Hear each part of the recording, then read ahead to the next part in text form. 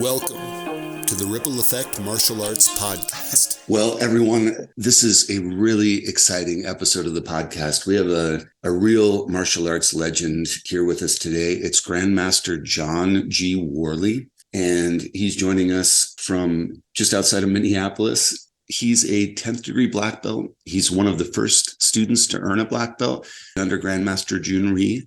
He's one of the founders of National Karate, which has schools spanning Florida, Colorado, Illinois, and Minnesota. He's been a martial artist for the past 60 years and really can't believe we have him on the program. Great. Welcome, Grandmaster Worley. Well, thank you for that very generous introduction, Mark. It's my pleasure to be here, my honor to be here. And I hope that we can maybe share some information that folks might find interesting. Great. Well, let's start with your background. You grew up in Texas? I did, yeah. I from Fort Worth, Texas, that area, the suburb.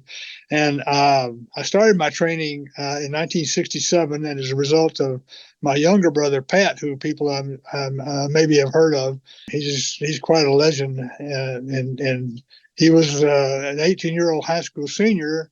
I'm 5 years older than him, and I'd always been active in athletics throughout high school, but then I wasn't, big enough or fast enough or strong enough or good enough to pursue sports beyond the high school level. So I'd kind of let myself get out of shape, and I was married and was soon to have a daughter, and was just trying to kind of, make it through life in the early stages there. And he just started taking karate lessons at a place called the Worth Health Studio in Fort Worth, kind of a hole-in-the-wall karate school. It was in a little health club, but the health club wasn't like you would think of in today's facilities and today's modern, full-service kind of place. This had some barbells laying around and a couple of racks, and there's some weight benches, and it had a small room in the back where the karate classes were conducted. And that's where Pat was taking his classes, and that's where I started. What do you remember about how there was even a hole-in-the-wall karate school back then? Where did it come from? Who was teaching? Pat discovered it, and I don't recall now exactly how he managed to find it. He was I think a green belt when I started, but we were taking classes. It was owned by Pat Burleson, who passed away this past year, but who was a real pioneer. He was the first national karate champion in tournament karate.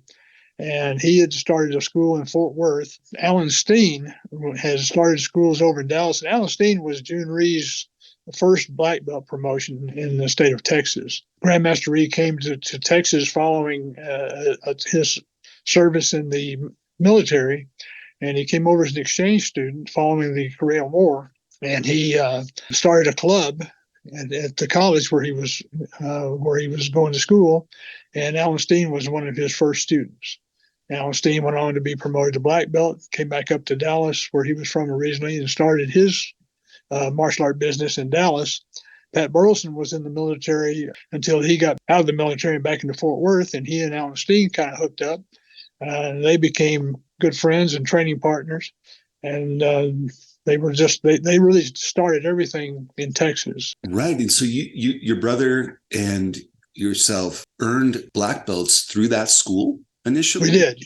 Yeah, we did. Chuck Lovin was our instructor, and he was a Pat Burleson student, a real hardcore kind of a guy. He wasn't a guy that paid a lot of attention to things like classical basics in training, and the way you kind of started learning from him.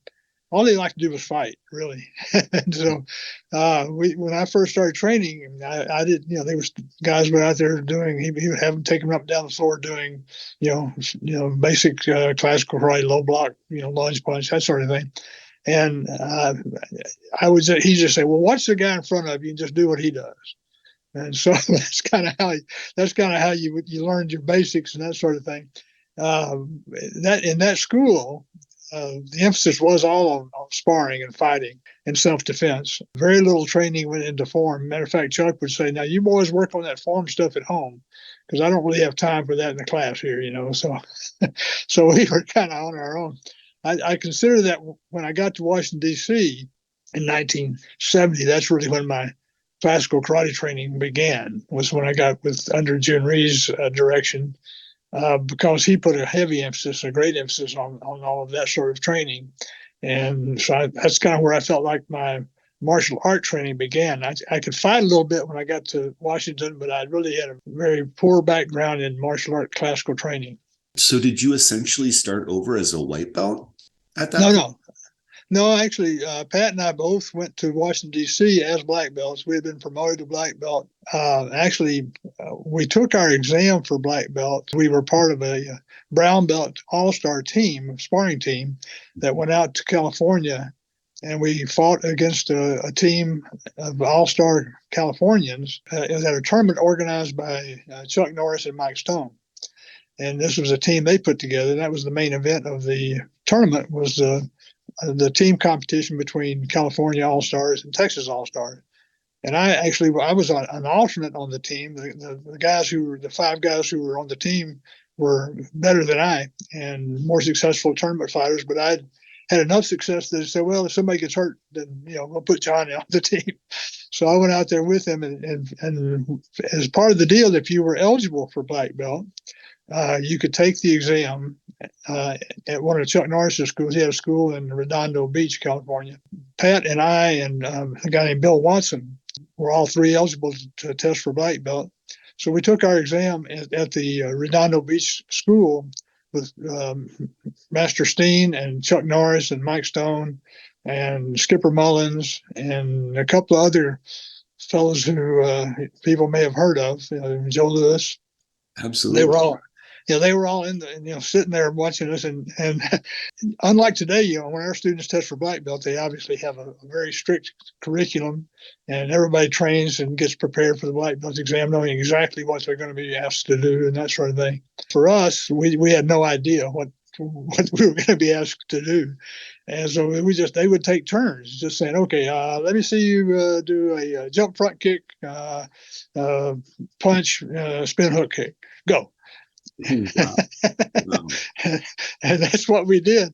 We didn't know how long it was going to last. We didn't know anything about what we were going to be asked to do. And so we just had to go out there and go as hard as we could and hoping that we had enough energy to make it through the exam. So that was our black belt test. And then the fighting part of the exam was going to be the next day at the tournament when we fought the California team. And so, the next day we had the main event there, and all 5 of our guys fought the California team. They had a really, really good team as well. And it came right down to the wire, and the Texas guys won by, I think, 1 or 2 points at the end of the event. I wasn't asked to fight because none of our guys got hurt. So afterwards, I went over to Mr. Steen. I said, Mr. Steen, didn't do my fighting requirement for the test. And he went, oh, yeah, that's right. So then he said, oh, wait a minute. Okay, guys.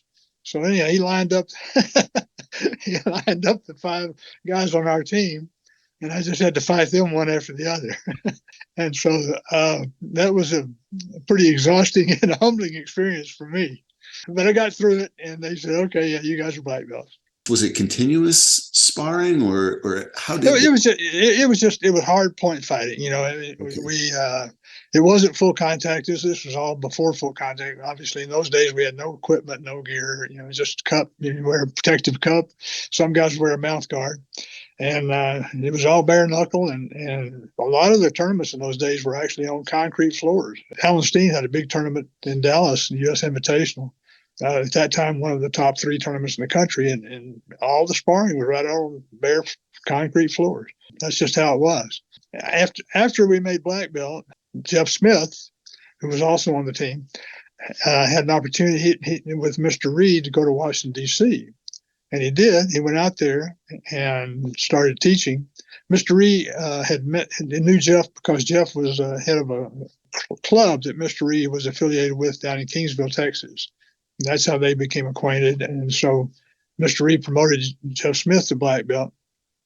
He went to Washington, D.C., and about that same time, one of the other guys that was teaching for Mr. Rhee went off on his own to open a school, and it left an opening.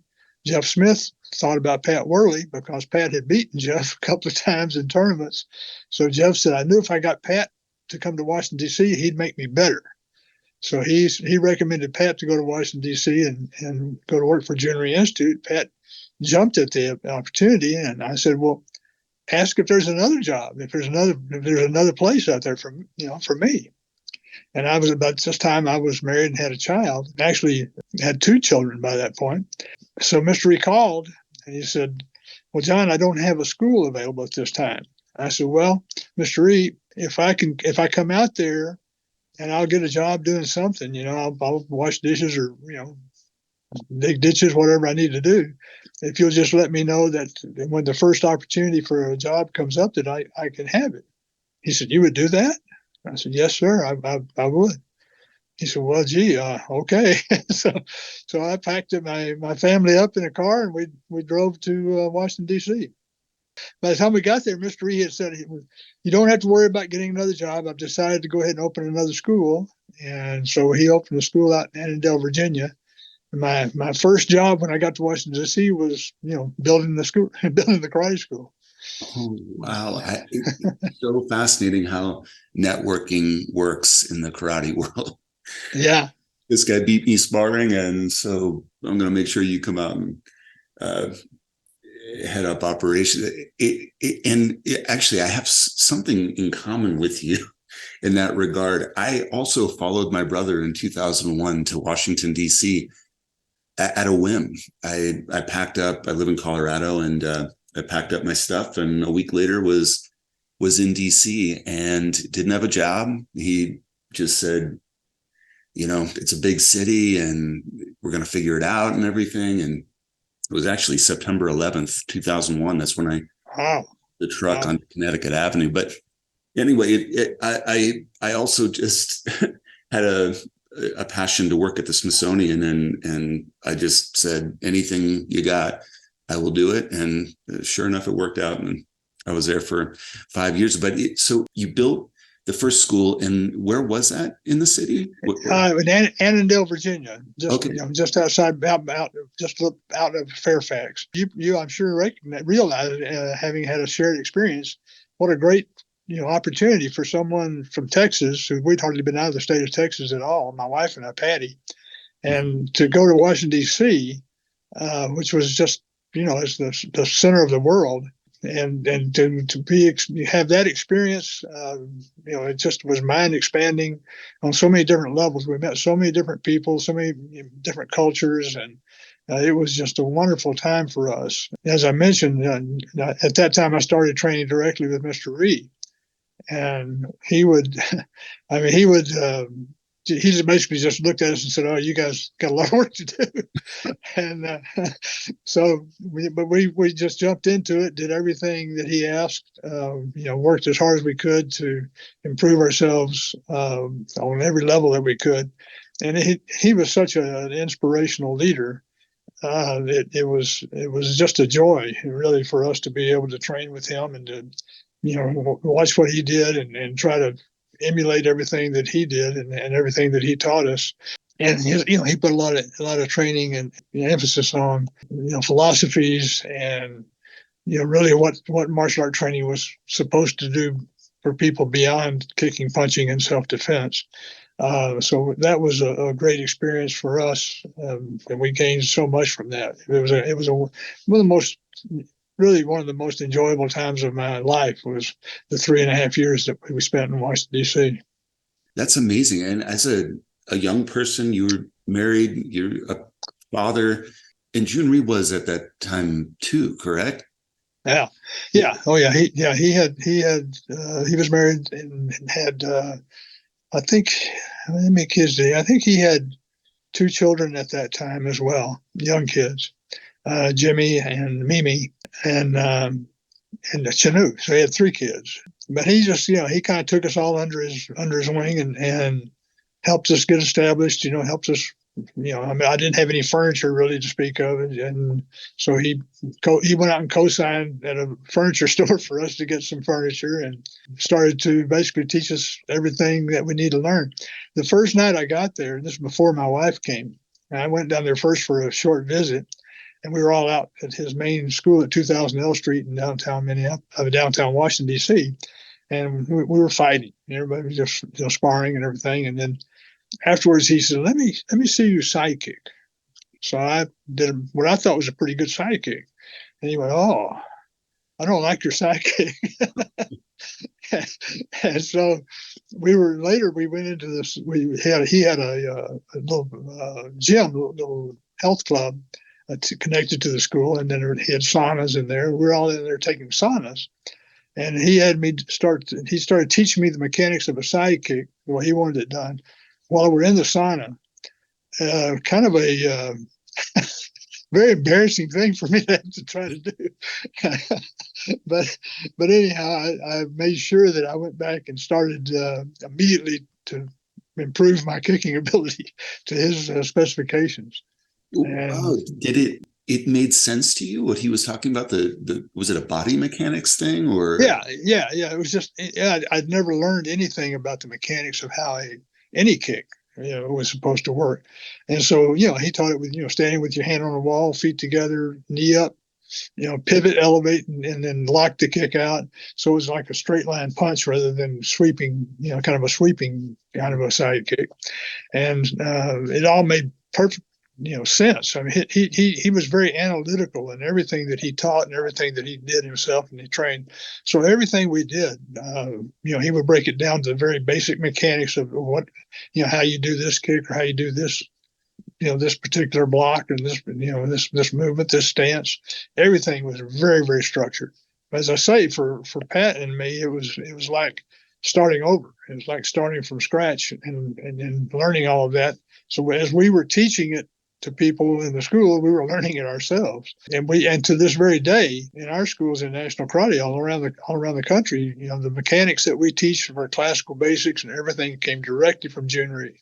Today in our schools too, the students are learning the mechanics and the physics of how to perform blocks and punches and lunge punches and axe kicks and everything. And then they're also able to teach, the black belt instructors are able to teach that as they learn to new students. And it's just fascinating to me how the generations of new students working to earn a black belt, how this has gone on in the Jhoon Rhee tradition. 60 years, is that about right? That's about right. Yeah. And it's true. I'm sure if you were to go into the Jhoon Rhee schools down in Washington, D.C., that you would see them doing and teaching and performing the mechanics pretty much the same as we, because they were all trained directly by Jhoon Rhee. A lot of the guys that are still teaching down there are still that had Mr. Rhee's influence. Jeff Smith, Michael Coles, to name just a couple of guys. They were trained the same as we were, and so we all share that, the classical foundation for our martial arts. Now, when you get up into other areas and you start, developing your curriculum, at green belt and blue belt and red belt and brown belt, the forms and all of that, I'm sure is much different now, because we don't do the forms that we did when we were in Washington, D.C. We developed our own set of patterns. But the mechanics and the classical, foundation for all of that came directly from Jhoon Rhee. And he had really done a lot of things different than how he had been trained in his traditional Taekwondo training back in Korea. Because just like I say, the kicking on that one kick, the side kick, for example, he said that never made sense to him the way he had been taught. And so he went back and experimented with it, and he developed the kind of side kick that we all learned and trained with and now teach. And it's different, but in our opinion, it's the best way that you can do a side kick. That's really interesting. I know Jhoon Rhee and Bruce Lee knew each other, trained together. Yep. And it's, I think, very well known that Bruce Lee's Jeet Kune Do philosophy is what you're saying. Well, I'm not sure if this is the traditional way, but I understand it differently, and this seems like it works, and take what works and throw out what doesn't. Was Jhoon Rhee, it sounds like he had that mindset too. Yeah, it's funny you talk about Bruce Lee. Mr. Rhee and Bruce Lee were very, very good friends. And Bruce Lee, who came to Washington, D.C. while I was there 3 different times, 3 different occasions, and we got to actually train with him. And I've got a picture in my office of Bruce Lee kicking me in the head. and Oh. so and so anyhow, what Bruce Lee would do, he would watch Jhoon Rhee. Mr. Rhee used to do demonstrations, and then he would say, let me see your sidekick. And Mr. Rhee he had an amazing sidekick. And then, so Bruce Lee wouldn't say, to show me or teach me how to do it, but he would just say, let me see yours. And then he would go and work on it, and then he would start doing it that way as well. So Bruce Lee was influenced by Jhoon Rhee, and Jhoon Rhee was influenced by Bruce Lee in some ways as well. But yeah, he was just, he was, as we all know, Bruce Lee was an amazing personality on top of everything else. So it was quite the treat for us to be able to hang out and go to dinner with him and get out in the gym, and he would show us some stuff. He was just so explosive and so quick.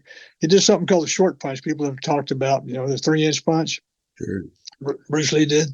And we had a guy, was one of our guys, was big guy, 6'2", 6'3", and probably weighed 235.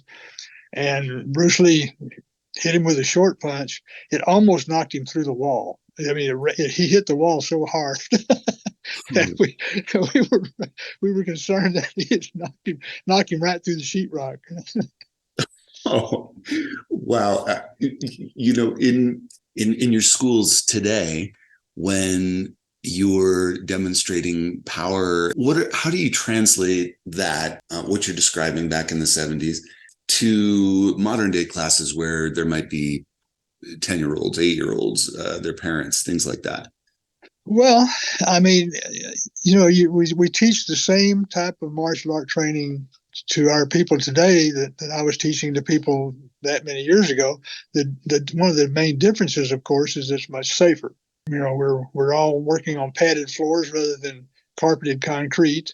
We have protective gear, which we did not have, and the protective gear, when which I think has gone farther than anything else ever to make the sport safer and to make it more appealing to people, especially kids, because they're padded up and they're not going to get hurt, not nearly as easily. Mr. Rhee, as we all know, was the innovator and the mind behind what developing the protective gear that is now used worldwide. And he did that while we were there. My brother Pat, who had won Jhoon Rhee's nationals one year and was really a great fighter, was ranked one of the top 10 black belt point fighters back in the 1972, I think, or 71. But anyhow, he was fighting after he had won that tournament. He was in a sparring match at a tournament. He got hit. Michael Warren was the guy that he was fighting, one of the great fighters of all time. Hit him with a spin hook kick, and it shattered his cheekbone, broke his nose. And Pat was in the hospital for a week and had to be recovery for 6 months. So after that, Mr. Rhee said, we have to do something about that. It's just, that's too dangerous. We have to do something. So he went out, started experimenting with foam rubber. He would go out and he bought a bunch of foam rubber, came in, he would take scissors and cut it up, and he would, put it all together with tape. And then he would bring in these very crude hand and foot gear and give them to us and say, okay, you guys go hit each other. And so we were the crash test dummies for the protective gear, and this was all about 1973, 72. And then actually Pat and Jeff were the very first guys to ever wear protective gear in competition, that kind of protective gear. The safety punch, safety chop, that became the standard for everybody all over the country and then eventually all over the world. In my mind, Jhoon Rhee was the most innovative martial artist who's ever lived. I believe that his philosophies, his innovations, he's the one that started musical form. He's the one that basically invented musical form. We were there when that happened. I read a little bit about what you remember about that. He came in the school and he had a radio essentially under his arm. He had a little tape player, portable tape player, and he had recorded the theme to Exodus, the musical theme Exodus. And so he said, "Here, I've been working on this. See what you think." And so he started the music and he did the form, and we were all just completely blown away. I mean, it was just beautiful. I mean, and he hadn't said a word to us about doing it all. It's just something that he said, "I believe this will really add a new dimension." And he wanted to call it martial ballet, and that really never caught on. But that was kind of how he originally presented it. But it was, I mean, we all said, "Mr. Rhee, this is going to be huge. People are going to love this. This is going to be," and obviously it's standard for everyone. Musical form. Just epic. I can't imagine having been in the room when he was debuting that.